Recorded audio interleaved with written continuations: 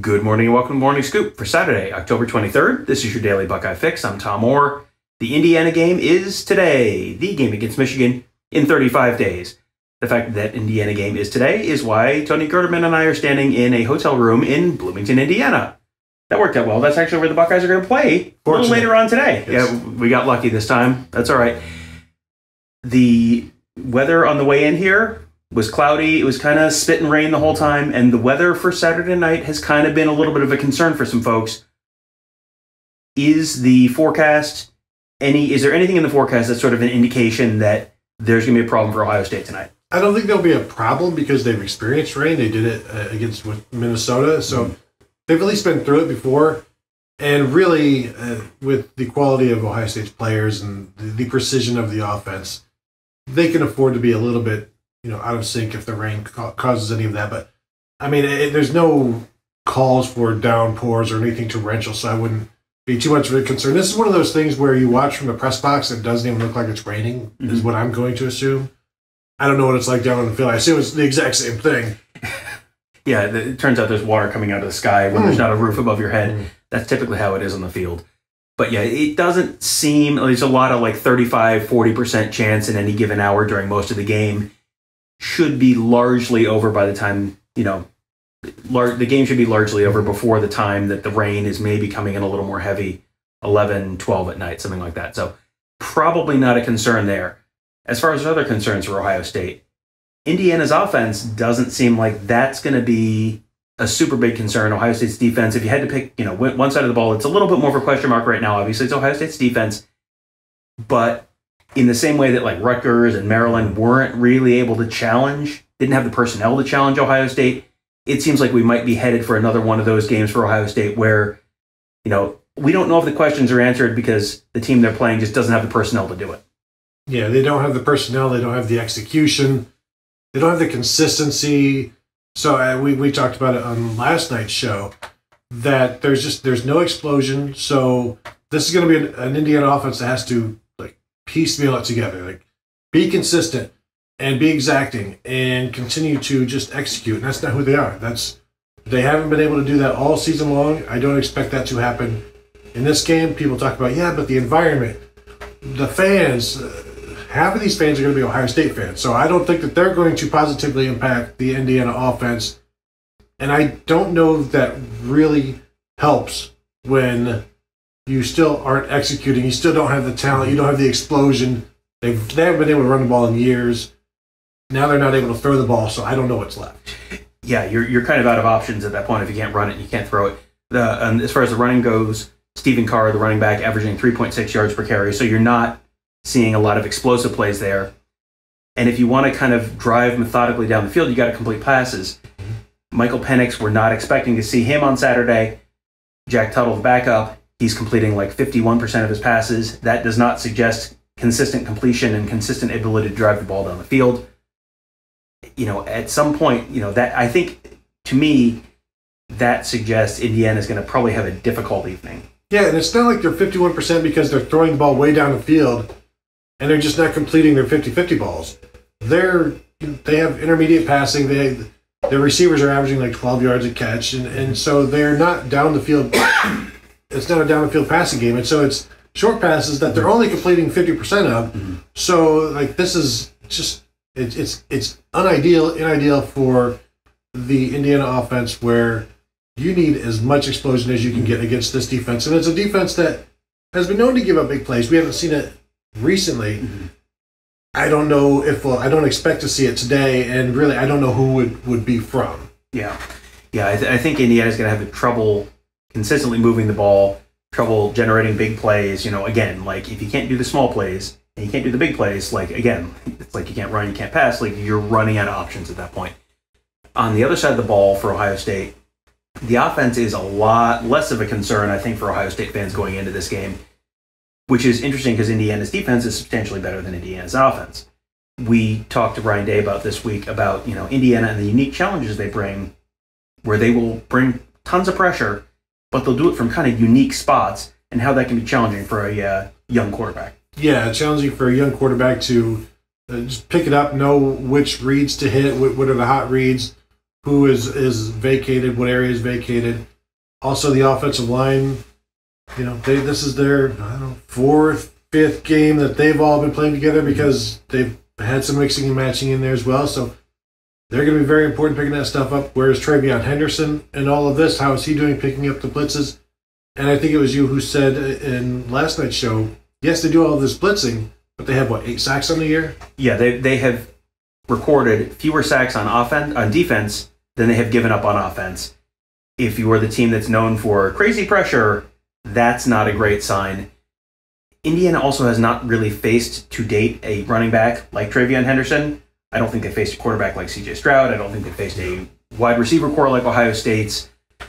That's all a concern, and we'll get to those in a minute. Another concern, though, for them is they might be with or without their top 2 starting corners when you're facing a wide receiver core like Ohio State, even if those guys are kind of healthy and may be able to go but haven't had a good week, full week of practice.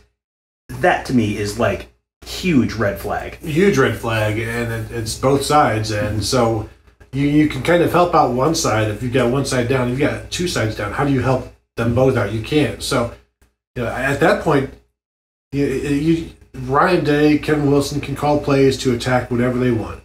And there will be vulnerabilities with both sides. And then where are the safeties not? And maybe that's, you just attack downfield and a couple of double moves, something like that. And if they're not playing, then, oh boy, you've got some inexperienced guys that you can attack and just be relentless until, they start dropping more, and then you can just run the ball. And now what does Indiana do? They can't do anything at that point. Yeah, I don't know that Indiana has faced a team that can do either passing or running the way that Ohio State can, and Ohio State has shown they can do both. On the running front, we haven't seen Travion Henderson get the full, the bell cow load of carries. Is this the game we see that? Does he get 15, 20, 25 carries against Indiana because this is maybe a closer game, maybe, than Rutgers and Maryland? And if we do, what does that final stat line look like for him? It's funny because for us to see more of him, he has to be less successful. And if he's less successful, do you really want to see more of him? It's one of those things. Yes, I think we all want to see as much Travion Henderson as possible. But for a scenario where he's carrying the ball 23 times or something like that, when we're already saying we don't expect much from the Indiana offense, is that because it's Ohio State's offense that is struggling and allowing it to be close? Because I don't know that Indiana's going to come out and score 24 points and it's 38-24 in the third quarter, and you just got to keep your starters out there. So I wonder, yes, I agree. This is the time of year where he's going to start carrying the ball more. But is it because they're slowing him down, keeping the game closer, and thereby, is it 23 carries for 120 yards where he's averaging, 5 yards a carry or something like that, 6 yards a carry, which is fine. That's Big Ten play. If you can be consistent and you can carry the ball 20 times, you get over 100 yards, you'll take that. But that's also maybe indicative of they've not given up any big plays, that should be, I don't want to say their number 1 goal, maybe their number 2 goal. Yeah. And, for Ohio State, another question, sort of a young guy on offense who we might get to see some new stuff from is CJ Stroud. We talked about those blitzes for Indiana. I don't know that how many interceptions has he thrown this year? 3. Okay, so he's not been perfect, but it's been a while since we've seen an interception too. He has seemed, it has seemed like since he had that week off of the Akron game, he has looked like a totally different quarterback. This might be a little bit of a different challenge, and I don't think this is a game that Ohio State is, in mortal danger of losing by any means. But this is a game where you might see an interception from CJ Stroud. With the blitzes coming from different angles and different people and, potentially dropping guys into zones and all that kind of stuff, all the different sort of stuff you can maybe expect to see from Indiana, it feels like this might be a game where even if Ohio State doesn't lose or doesn't come close to losing, we learn something one way or the other about CJ Stroud and just how quickly he's processing stuff that he hasn't seen before. Yeah, I agree. And I think there's some night game disadvantage. The hype, you're waiting all day, and then it finally gets here. You're juiced up. It's night game. It's a sold out game. There's going to be pretty good atmosphere for however many of the 50,000-ish however loud they can be, but that's also something he's experienced before because that's exactly what he faced against Minnesota. So taking that experience, and as Ryan Day says, that the more they do, the more reference points they have. So he's got that reference point. So you would think that will help, but it's a different defense. So how does he handle the defense? I do expect him to pick up on it quickly. That's one of his skills. So yeah, maybe Indiana gets him early. I don't see them getting him for all 4 quarters. They intercepted Justin Fields 3 times last year. I'm not expecting that today, but I'm not going to be surprised to see a defensive end dropping into a zone blitz and coming up with an interception that was intended for Jackson Smith and Jigba or Jeremy Ruckert or something like that. Yeah, and one of the other sort of X factors to this game when you're looking at what is this going to look like in the second half of the game.